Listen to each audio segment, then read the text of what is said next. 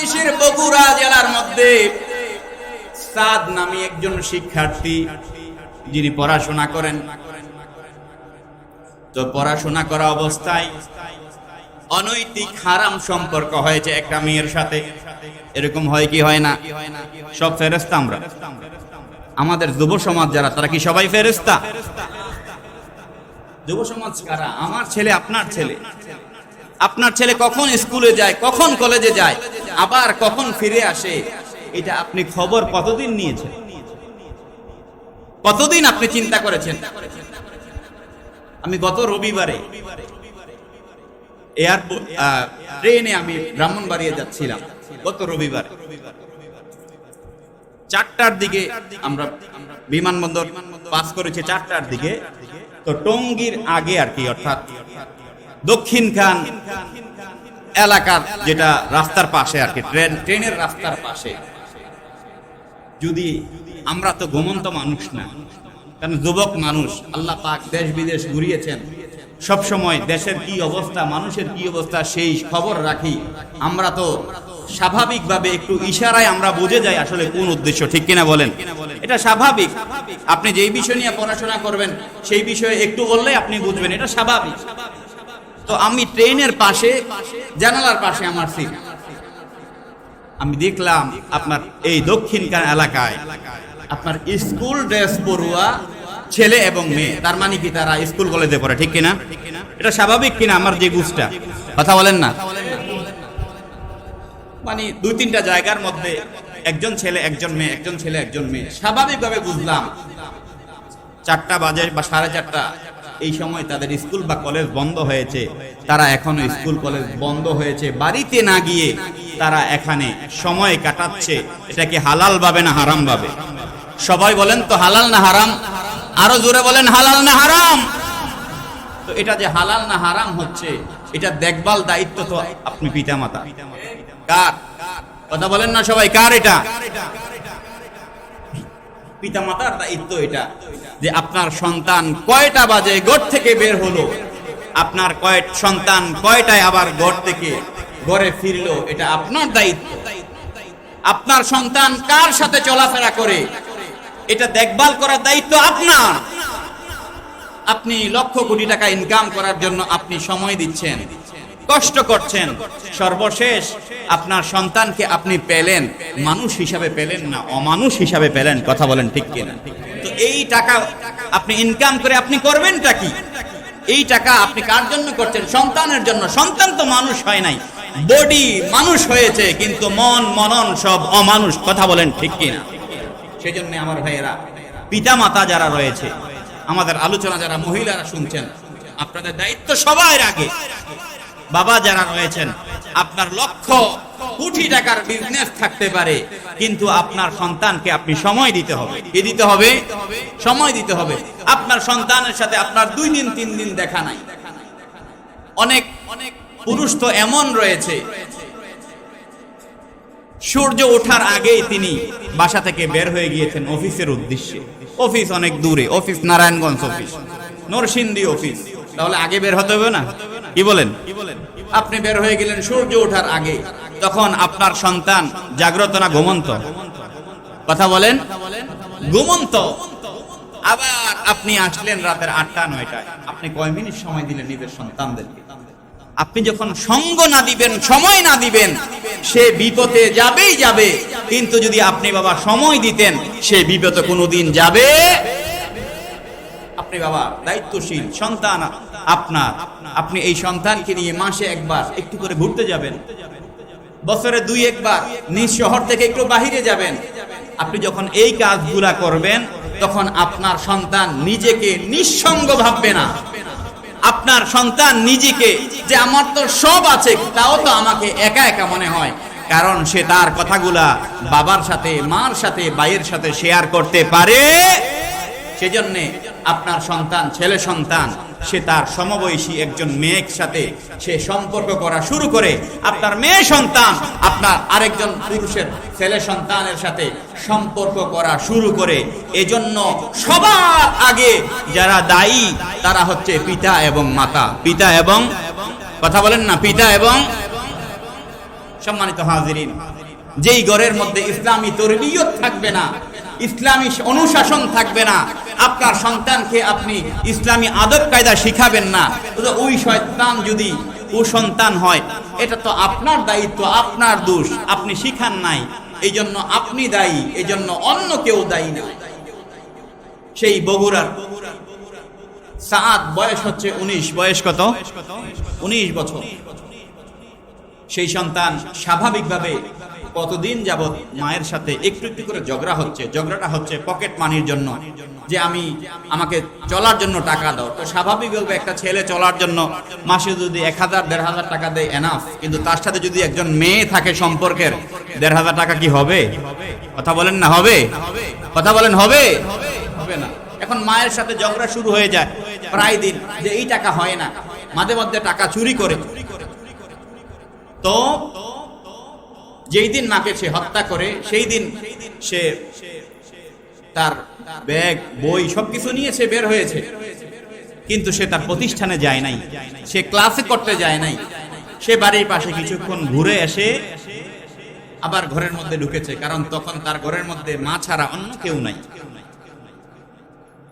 সেই ছেলেটা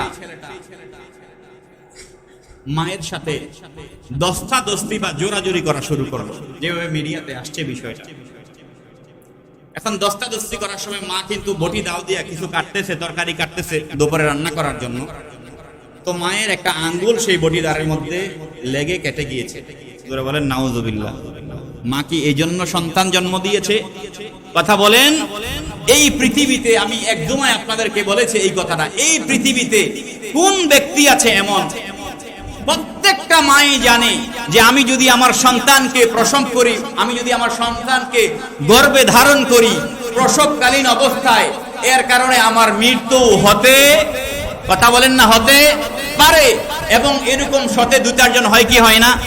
তাহলে মা নিশ্চিত জানে যে আমার মৃত্যু হতে পারে, কিন্তু এটা জানার পরেও মা আপনাকে আমাকে এই দুনিয়া দেখালো, আর আমি মায়ের সাথে এই ব্যবহার করলাম, আমি মায়ের সাথে এই ব্যবহার করলাম। দস্তাদস্তি শুরু হয়ে গেল মায়ের সাথে দস্তাদস্তি করা অবস্থায় সে মায়ের ওড়না দিয়ে পেঁচিয়ে মাকে শ্বাস রুদে হত্যা করেছে। বলি ইন্না লিল্লাহি ওয়া ইন্না ইলাইহি রাজিউন। আমার ভাইয়েরা, 19 বছরের একটা ছেলে, 19 বছর, এটা তো এখনো পরিপূর্ণ পুরুষ হয়নি, তার বিবাহের বয়সই হয়নি। সে তার প্রেমিকাকে খুশি করার জন্য জন্মদাতা মাকে হত্যা করলো। হত্যা করে শুধু এটাই ক্ষান্ত হয় নাই, এখন সে চিন্তা করলো এই বিষয়টাকে কিভাবে ধামা চাপা দেওয়া যায়। এই মাকে হত্যা করার পরে, আপনারা জানেন যাদের বাসায় ডিপ ফ্রিজ রয়েছে বড়গুলো, সেটা অনেক বড় জায়গা, ঠিক কিনা বলেন? সেই মাকে এই ডিপ ফ্রিজের মধ্যে ভিতরে ঢুকিয়ে ঘরের বিভিন্ন জায়গাতে দা দিয়ে কূপ দিয়ে রাখছে। অর্থাৎ সে বুঝাতে চাচ্ছে এই ঘরের মধ্যে ডাকাতি হয়েছে। কি হয়েছে? কথা বলেন, কি হয়েছে? ওয়ামাকারু ওয়ামাকারাল্লাহ ওয়াল্লাহু খায়রুম মাকিরিন। যে যত কৌশলে আমরা করি না কেন, সবচেয়ে উত্তম কৌশলকারীর নাম কি? জোরে বলেন কি? আমার ভাইরা, সন্তানটা আমাকে শ্বাসরোধে হত্যা করে, এটা বানিয়ে বলছি না, বাংলাদেশের বগুড়াতে এই ঘটনা ঘটেছে আমার ভাইরা। গতকালকে বগুড়াতে ঘটেছে বা গত সপ্তাহে বগুড়ায় ঘটেছে, আগামী দিন আশকোনায় ঘটবে না, এটা হতে পারে না। কোন দিন কোন জায়গায় কি ঘটে যায় কিছু বলা যাচ্ছে না, সেই জন্য আমাদেরকে সব সময় সতর্ক থাকতে হবে। কথা বলুন ঠিক কিনা? আমার ভাইরা, মাকে ডিপ ফ্রিজের মধ্যে ঢুকিয়ে রেখে দরজা বন্ধ করে ঘরের বিভিন্ন অংশের মধ্যে দা দিয়ে কূপ দিয়ে দেখায় দেওয়া হচ্ছে যে ঘরের মধ্যে ডাকাতি হয়েছে।